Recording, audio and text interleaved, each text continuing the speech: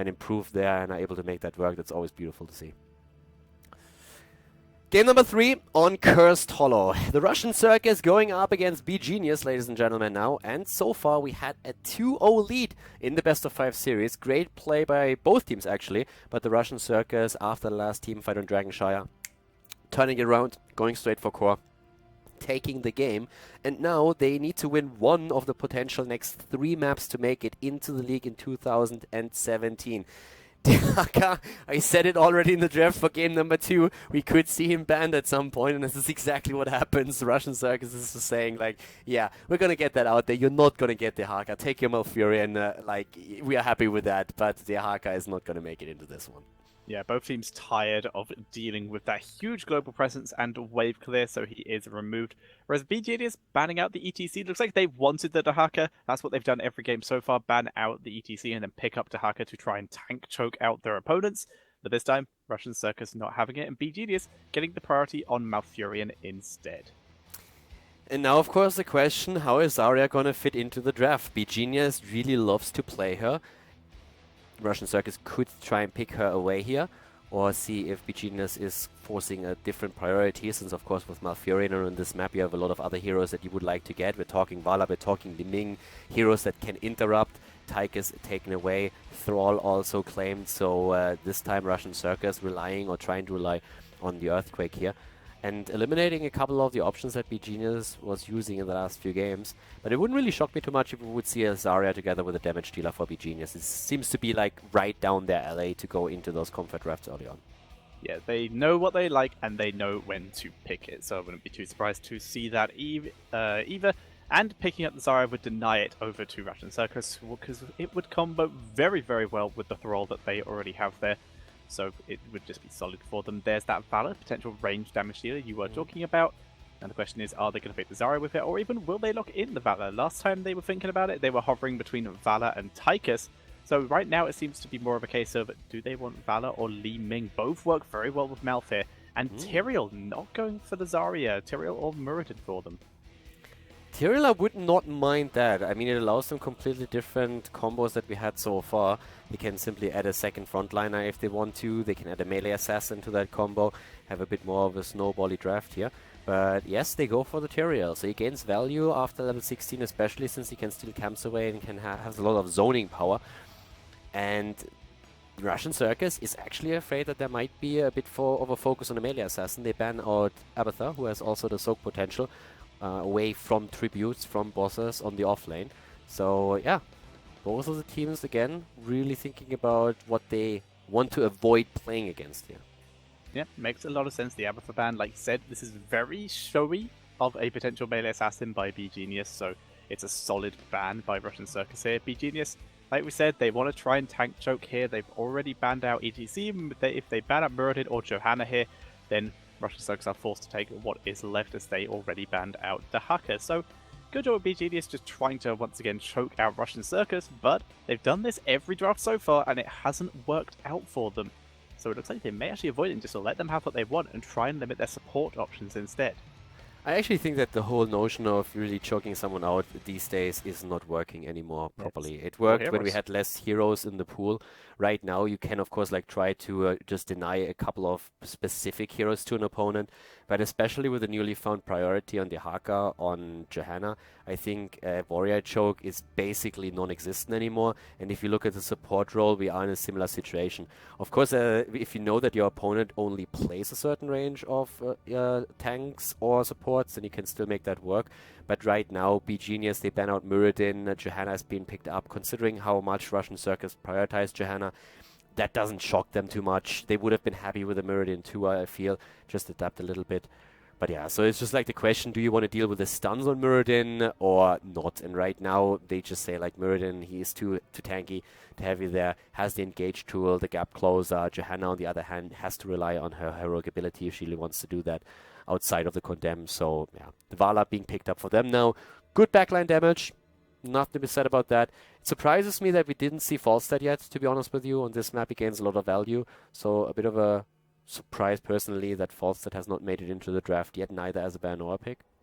That could still be picked up for beGenius right now. They wanted to run Tyrael, they could still pick up a second tank in there, so they can do it well, or still run a melee if they really want to go for that style and still get the global potential with the Falstad. They're hovering over it right now. They do lock it in, deciding that, yep, they do want that global potential, or they do want that huge utility. Now the question is it a potential second tank / bruiser? Is it a melee assassin coming in for beGenius as their last pick, or do they want to go for something completely different?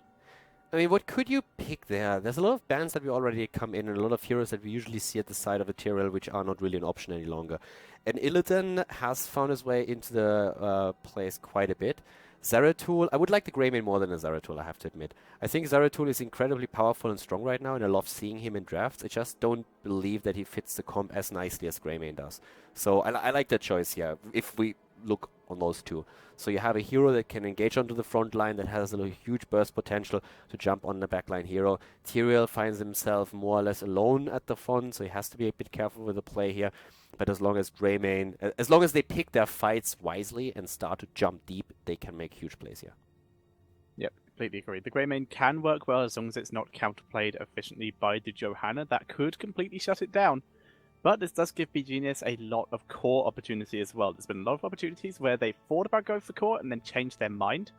Greymane gives them a lot more potential for that, as he has the highest damage per second onto a core out of any hero.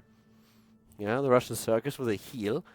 Brightwing is still available, so that would be a good one. They have the Oriel, and they decide actually in favor of Rega here, so they give up a bit of global presence that they could have.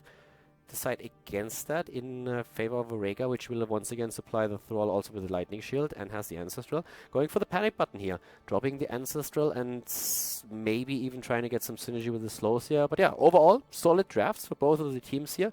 The Rega definitely also a bit of a comfort pick right now, considering what else was still on the board. Sefkash has been playing a lot of Oriel. In this case, he decides against it, even though they have a Vala and a Tychus, which work quite well with her. Cursed Hollow.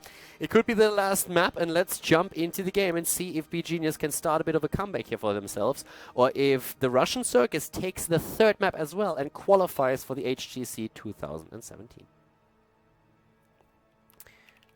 Okay. Definitely like the Rhaegar. It was definitely going to be Rhaegar or Ariel, I think, as opposed to the Brightwing, just due to you want that burst protection, or at least that burst heal against the Greymane. Like, Ariel's played a lot against Greymane nowadays. Rhaegar, a little bit less, just due to the fact he can't Ancestral himself if he is the target. But in this case, there's not going to be as much hope stacking outside of Valor, and you don't want to put all of your hope in one basket onto one hero. So, Rhaegar makes more sense. You've been working for that. Yeah. It was a good one, though. Thank you. I like it. It was well done. Alright, so we're left to we're onto the loading screen. Gonna be getting into game as soon as possible. Hooray! All their hope in one basket. Oh god, love it. Alright, guys, game 3. Game number 3, ladies and gentlemen, we have the Russian Circus in a 2-0 lead here in the best of 5 series. It is the semi-final, our first one of the day here at the second qualifier for the HGC 2017 Europe. To the left side, Mopsio again on the Johanna. We see Power of Dream this time on Thrall, Sir Ice Cream on the Tychus, and Neon on Vala. Sefkaje as the healer of the team is currently playing Rhaegar, and the French team starting towards the right side of Cursed Hollow is currently playing with Tank for the win on Greymane. We have Unstable on Malfurion, Danantan on Tyrael, Arcane on Falstad, and Kirva this time playing the Liming, not going for the auto attacker. This is of course a really important game for beGenius. They need to win 3 in a row if they want to make it into the league for 2017 right away. So far they've been losing these games, even though oftentimes it looked extremely close. And let's see what they can pull off this time. Going into a double block actually on the side of the Russian Circus here. Yeah, the reinforce for Johanna, her particular version of block, and the normal block for the role, helping protect against that Greymane, who is going to be the main source of burst damage. So those little blocks just going to help protect against the initial damage from Greymane as much as possible, but they still have to worry about the Falstad and the Liming, who are going to do a fair amount of ability damage. Now, the last time that we saw beGenius play here, they actually went through the bot lane immediately, and the opponent took the top. It was against Team Liquid. It seems very much like we're going to see a similar setup here again. Both teams just pushing the lanes, and let's see how far they go this time. Are we going to see the fort fall, or are they stopping after the wall?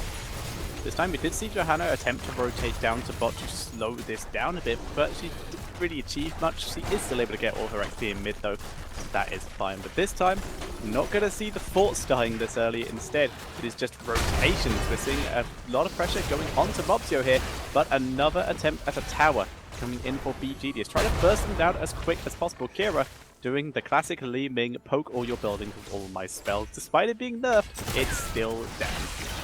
Yeah, it's still good, and as you can see, it's also much faster when we're talking about building destruction for beGenius. So they're getting a slight lead in structures thanks to that. They just burst these waves away super quick right now. And on level 1, by the way, the power hungry taken. We have also now the press the advantage. 4 talents are coming in.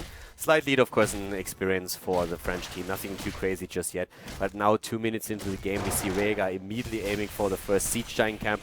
The reasoning behind it is, of course, that you hope for the tribute to spawn at the bot lane, and then you get a bit more value out of the first one. Same thought process for beGenius as they're attempting to go for their own Siege Giant camp towards the right. Yeah, both teams sending heroes over there to grab that. Let's see where it is. It's the bot lane, so an advantage there coming in for Russian Circus. That's ideal for them right now, but that is slightly counteracted by the fact that beGenius have Falstad. They send him up to the top lane, Tyrael rotating down to this objective. He's going to be late, but they have Malfurion, they have Li Ming, they have a huge amount of delay tactics. Yeah, already a bit of delay happening, but nice zoning here. Okay, Power of Dream gets hit again, but they really start to pressure Kira. Very low as is, and Malfurion too. But we have now also Tank over the Win coming in as Falstad deals with the top lane. Bit of pressure is still happening. They're fighting for it. They're actually committing a lot here, and Falstad will have to fly down. Yeah, he has to fly down if he wants to contest it. Looks like they may just let it go thanks to the magic missiles from Li Ming not hitting. And they, in fact, do. Greymane was also not able to stay any longer. He was separated from his team, and he was revealed, his Ice in the Dark, only getting a couple seconds of activation off, but then he was revealed from his stealth thanks to the Hungering Arrow bounce that followed him all the way through his roll. And that thing can see through stealth, and it will find you. It will get you. Top lane, so Ice Cream is just barely preventing the tower from falling and forcing our Arcane back. He decided to not fly to the bot lane since he still had to deal with those Siege Giants. Camps are still taken on both sides, so both of them have the same thought process here, heading straight for the Night Camp and trying to take that. Very even experience right now. The only real advantage that we have for one of the teams is that earlier tribute that was taken by the Russian Circus. Yeah, and Russian Circus attempting to get as much value out of their slight little lead as possible with their mercenary camps, with their rotations, but we are seeing a little bit more aggression thanks to their XP lead coming out of beGenius. They were trying to pressure up the top, but Tyker's playing too safe. Now they're taking a long rotation. Greymane and Malfurion looking to maybe try and grab someone in the mid lane. Leon is here, and he might be the perfect target, but Tank for the Win is revealed unstable, dropping some mana onto Damitan. And the objective, spawning in the bot lane with the Bruiser Cap still mostly alive for Russian Circus. That's a big deal. Yeah, Cleanse is also available on both sides right now to counteract some of these stuns, but as you said, the Bruiser camp is still nearly alive completely, and that is a problem. Falstad flies down, they're still fighting. Time is currently in favor of the Russian Circus. They're going to get some value here. Danatan already very low. We have seen the Iron Skin on the side of Mopsio. He had to pop his trade, but we still see them zoning the tribute, and so Ice Cream is getting solid damage against Danatan, who's really struggling to keep himself on a decent hit point amount on Tyrael. Yes, sir. Ice Cream really living up to the name of his talent, pressing the advantage, pushing in here, trying to grab something. Leon getting burst out. Greymane trying to kill him, but the blind prevents the kill there. And we do see Li Ming fall instead. Leon survives. He pulls back. He's not going to try and sneak the tribute because Araki could sneak him out. But another kill. Greymane going down. They're also low. Araki attempting to capitalize. He was nearly going to go for 2 there, but he does get a kill. Leon sneaks the tribute. And now if Sevka can get out, this still goes in the favor of the Russian Circus. And they do 2 kills and a tribute for 1 kill. Neon getting out of that just blows my mind. He was so close to dying. And he was in the middle of them. He gets out, as you said, there's the blind coming in play with the shield glare, but also we saw that just clutch heal that Rega was able to provide. Really well done. 2 tributes against 0 at this point, and a play for boss The experience lead actually goes, at least for now, to the red team, to the French team. We have beGenius with a slightly faster level 9, but as you can see here, it's still 2 triples against 0, and maybe more importantly, they really were able to drain a lot of the ammunition in the mid lane, and also thanks to the camp. New talents for us to talk about at level 7. Yep. Angel's Grace on the Tyrael, that 40% movement speed, giving him that dive potential or that escape potential. We don't usually see this, but it's still very unique. Combining that with the Holy Ground, definitely a Q-based build at the moment for Tyrael. Top lane is being assailed. There's only one hero defending at the bottom of the map, but they have a Siege Giant camp that's going to help them with it. The top lane is being attacked. Mobster actually double-checked the boss too. They didn't have vision of the opponent, and they were just trying to find out if there's maybe a play for boss. Falstead leaves the boss alone, starts to make his way to the top, has defended a fair amount already as is, and it's an early boss, so it's rather low. But look, the level 10s, they could come into play, but the curse hits them, and is hitting them hard as the boss is still alive for a few seconds, but thanks to the Siege Giants, it doesn't matter, it's taken out. Yeah, Hurricane attempted to delay that with his Q, but he was just out of range. Not able to delay this down attack. Now chasing forward, using that extra movement speed he gets from the Angel's Grace, trying to chase someone down. Despite Red Team being cursed, they still want to try and get anything out of this. But let's see how much Russian Circus can get out of this. They're beginning to split up. No, they're going to regroup in the mid lane. There are 2 heroes here ready to defend this. Falstad being left top lane. Greymane going to rotate down to help his team defend mid. They could chase a little bit longer, simply because that Siege Giant camp at the bot lane was preventing the worst, but now the Siege Giant camp is eliminated and the curse is gaining value at the bottom of the map. In the mid lane, on the other hand, a 5-man push, now that level 10 abilities are ready for both of the teams. Earthquake, the drill are in play and could be used anytime if there's a solid engagement happening, but Falstad at the top lane is more or less guaranteeing that we're not going to see a team fight just yet. Yeah, they want to avoid that as much as possible. He's actually going to join up with his team by the looks of it, or start boss. They're gathering around that. Looks like Greymane and Falstad are going to attempt to sneak. Now Furion rotating up as well, but they are going to sacrifice a fort for this. We're going to see Russian Circus taking that down. Now the question is, are they going to rumble what's happening with the boss, and then are they going to react by trying to contest it? If so, they're far too late. Or are they going to push even further in the bot lane? Looks like bot lane is the option. Bot lane it is, and that is going to force them back eventually. And if they take the boss, they will still lose at least one of the towers and a bit of this wall. So right now the boss has to be defended. It's only going up against Fort, but we still have a lead in experience, especially thanks to Falstad. Hurricane has been soaking the entire time during a lot of these fights. So even with all the structures taken down by the Russian Circus, beGenius is still more in, like, they're completely in range. They are even a little bit ahead in experience, especially after this fort is about to fall. Yeah, Falstad with 7,000 XP. Next highest is Johanna with 5,200. So Falstad just super keeping his team just a slight amount in the lead.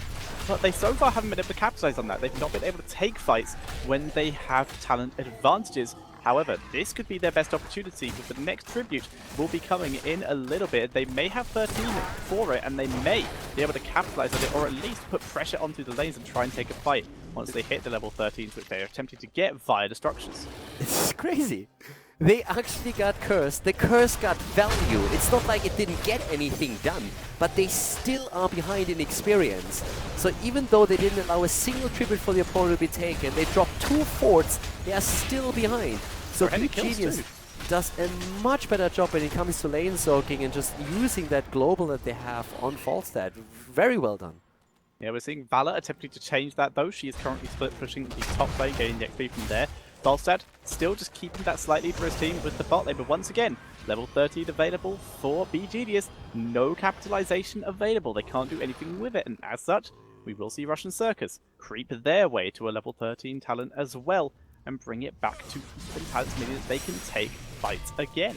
It's true, but there's a dangerous part to this, because with all these structures still on the board, if you consider that beGenius is actually ahead in experience, if they get a bit, or if they, for example, get a curse onto the blue team, or they win a team fight, and they start taking these structures down, the experience gain they're going to get through that is insane. It's not gonna happen though if things like this happen. No sanctification could be used there. Completely stunned out by Johanna. Didn't drop the sank, died, and that's another tribute. But the argument still stands. Win a big fight, get a curse onto the Russian Circus, and if you start taking down these forts, the experience gain that you're gonna get through that is gonna catapult you forward like crazy. Yeah, but winning a fight is something right now that beGenius don't really have the option to do. They've lost every single fight so far and every single objective, and they're only winning thanks to just superior lane control. But that can only last so long. With Bot Boss now respawning, we're going to see Russian Circus attempt to gain advantage. They're a level down, and they're playing aggressive just due to the fact that Tyrael wasn't alive at this point. Tyrael is starting to come back in though, and especially after 16 he's going to try and make some plays by isolating heroes thanks to the holy ground. Tribute is spawning up at the top, and the position is this time much better for beGenius. And it's a boss play instead. It looks like the Russian Circus was really thinking about going for boss instead of heading for the tribute. Falstad is getting the tribute, and the rest is now trying to force a fight. First tribute of their game for beGenius at this point, and they were able to prevent Russian Circus from sneaking a boss while they were grabbing it. So good job by them, finally starting to show some control on the map and show some initiative here. So good job by them, and Arakin continuing to soak lanes here, rushing them to 15.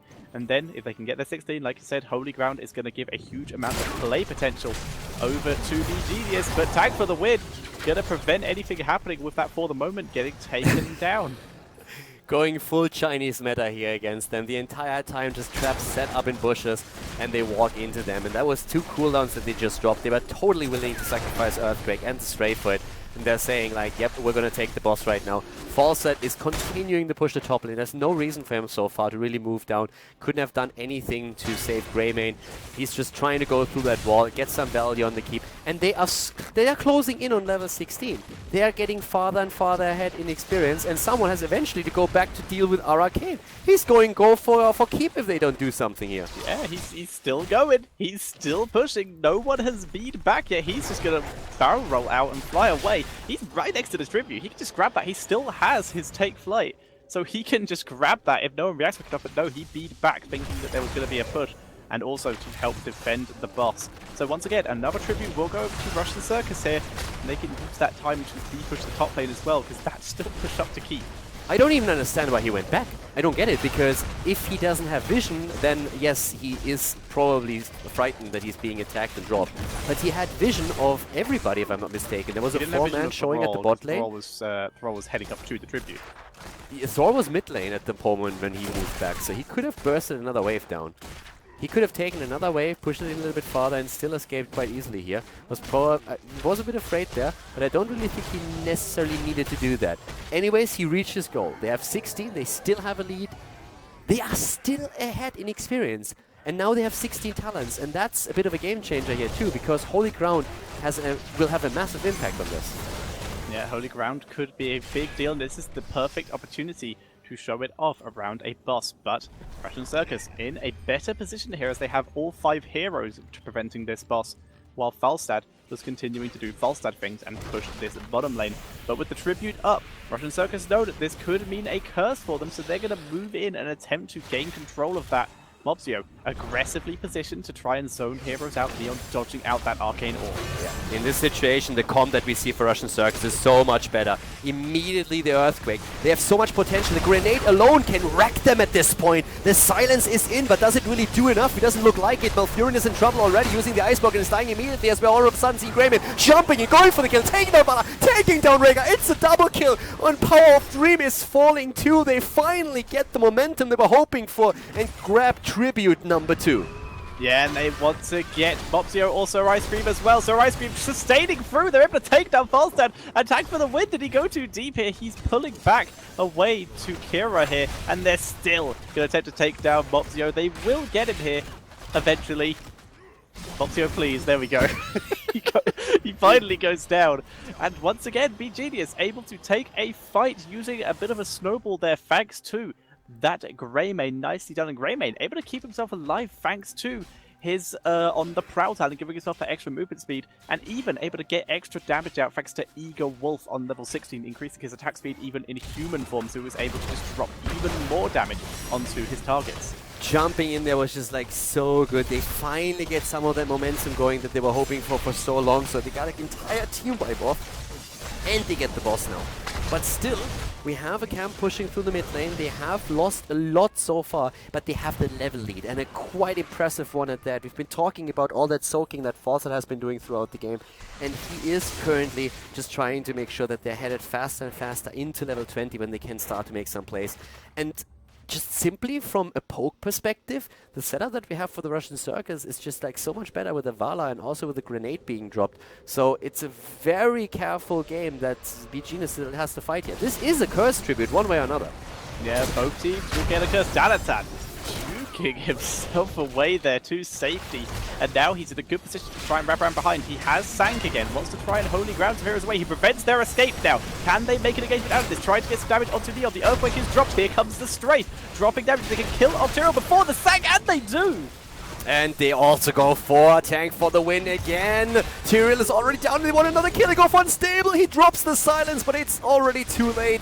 He falls. They probably won't be able to chase over here. Li Ming is also escaping. The boss has taken the keep in the meantime. This entire fight, of course, was still overshadowed by the boss pushing lane. Now we have Sevkaja extremely low, but taking the tribute. The curse is there. Boss is going for core, but will eventually be shut down by it. They're trying to at least get some counter pressure and value going since they want to go for the keep themselves. Level 20 is so close, by the way, for the French team at this point. Li Ming, though, is making this very difficult. Look at the amount of harass he's doing. Sevka having a hugely rough time. They're trying to get the keep, but the health they're taking is very, very high. Kira doing an insane job. Takes a big grenade, though. That boss did some crazy damage to the core. The keep finally dropped, evening up the keep count. But Russian Circus only barely getting value out of this for the moment, and with now all the heroes about to be alive on the side of beGenius, this push is going to be pretty much shut down. They need 20 and they need it soon because it's ready for the French team and they are trying, of course, to chase. They're going in. Nice move by Kirma here, using his wave of force to deposition Mopsio, and that is going to result in a kill. Great ult use from Li Ming. Very well done here. Going for the repulsion immediately, using it, dropping it on Johanna, pushing her back and taking Mopsio out. Yeah, and they're even going to use Greymane here to scout out that boss, make sure it wasn't being snuck away by Russian Circus. And now they're going to take it for themselves. Actually, if they're doing this, they may lose this keep in the bot lane. Minion's doing an insane job down there. Yeah, but it looks like it's just barely not going to happen. Oh, close call though. But the boss is now taken.